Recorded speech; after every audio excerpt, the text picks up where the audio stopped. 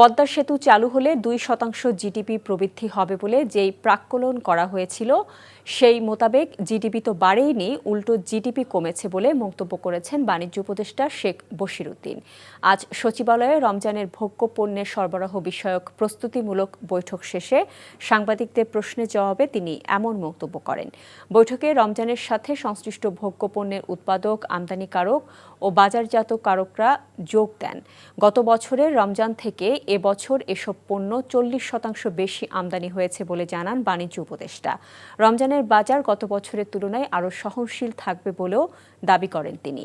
পদ্মা সেতু নির্মাণের কারণে চালের দাম বেড়েছে বাণিজ্য উপদেষ্টার দেয়া সাম্প্রতিক এমন বক্তব্যের বিষয়ে জানতে চাইলে তিনি বলেন, পদ্মা সেতু নির্মাণের খরচ জাতীয় অর্থনীতির ওপর অতিরিক্ত চাপ বাড়িয়েছে।